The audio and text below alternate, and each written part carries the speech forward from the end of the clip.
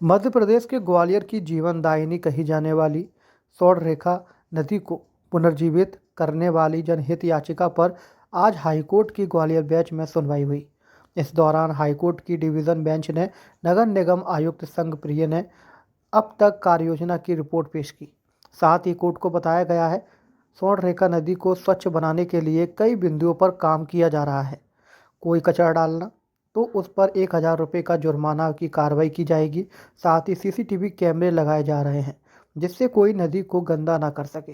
लेकिन कोर्ट ने कहा है इतने भर से कुछ नहीं होगा। जिसके बाद हाईकोर्ट की डिवीज़न बेंच ने एक कमेटी बनाने के आदेश दिए हैं जो 10 दिन में स्वर्णरेखा की वस्तु स्थिति पर अपनी रिपोर्ट कोर्ट में सौंपेगी।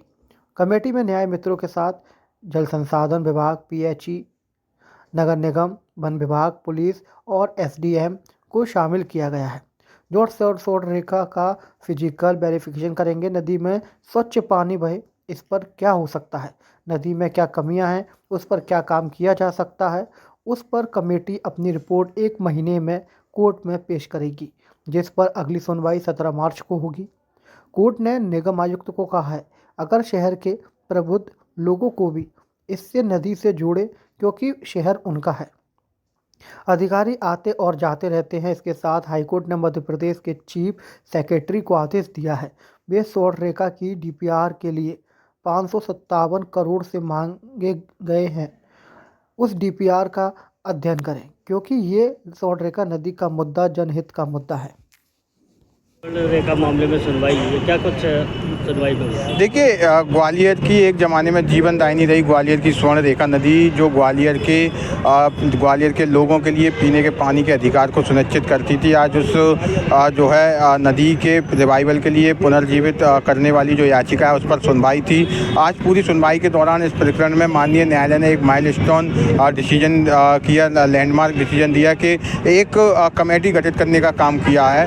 उस कमेटी में आला अधिकारी, जिम्मेदार अधिकारी, चाहे वो नगर निगम के हो, चाहे प्रशासन के हों, चाहे फॉरेस्ट डिपार्टमेंट के हों, जल संसाधन विभाग के हों, एवं एडवोकेट जो पेश वहाँ पर इस प्रकरण में पेश होते हैं, पिटिशनर, एडवोकेट, पिटिशनर एवं शहर के तमाम प्रबुद्ध लोगों को जो है इस एक कमेटी मिलाकर एक कमेटी बनाई गई है इन सभी लोगों को। और उस कमेटी को एक फिजिकल वेरिफिकेशन करने के लिए कहा गया है कि अगले 10 दिन में आप फिजिकल वेरिफिकेशन इस नदी का करेंगे और उस फिजिकल वेरिफिकेशन में जो कमियां निकालेंगे कि आखिर इस नदी के रिवाइवल के लिए, पुनर्जीवित के लिए कहाँ कमियां रह गई हैं कि ये नदी जो है रिवाइवल नहीं हो पा रही है, पुनर्जीवित नहीं हो पा रही है। और अगले 1 महीने में 18 मार्च को जो है आप जो है पूरा वेरिफिकेशन का पूरा विस्तृत ब्यौरा जो है न्यायालय के सामने पेश करेंगे। इसी के साथ ही माननीय न्यायालय ने जो है चीफ सेक्रेटरी को, मध्य प्रदेश के चीफ सेक्रेटरी को आदेशित करते हुए ये कहा है कि जो 547 करोड़ रुपए की डीपीआर मध्य प्रदेश शासन को गई है और डीपीआर का गहन चिंतन करें, उसका अध्ययन करें और एक विस्तृत रिपोर्ट उस पर बनाने का काम करें कि आखिर जो है मध्य प्रदेश सरकार इस नदी के रिवाइवल के लिए पैसा क्यों नहीं दे रही है। क्या पूरी पिटीशन है, क्या आपने इसमें?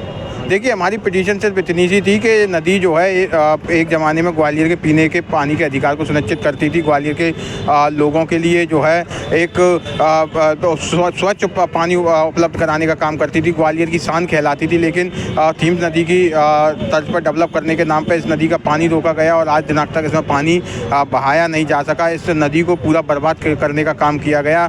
हमारी इस पूरी पिटीशन में ये मांग थी कि इस नदी को पुनर्जीवित किया जाए, उसको पुराने स्वरूप में लाया जाए ताकि ग्वालियर के लोगों को दोबारा से पीने के पानी का अधिकार मिल सके।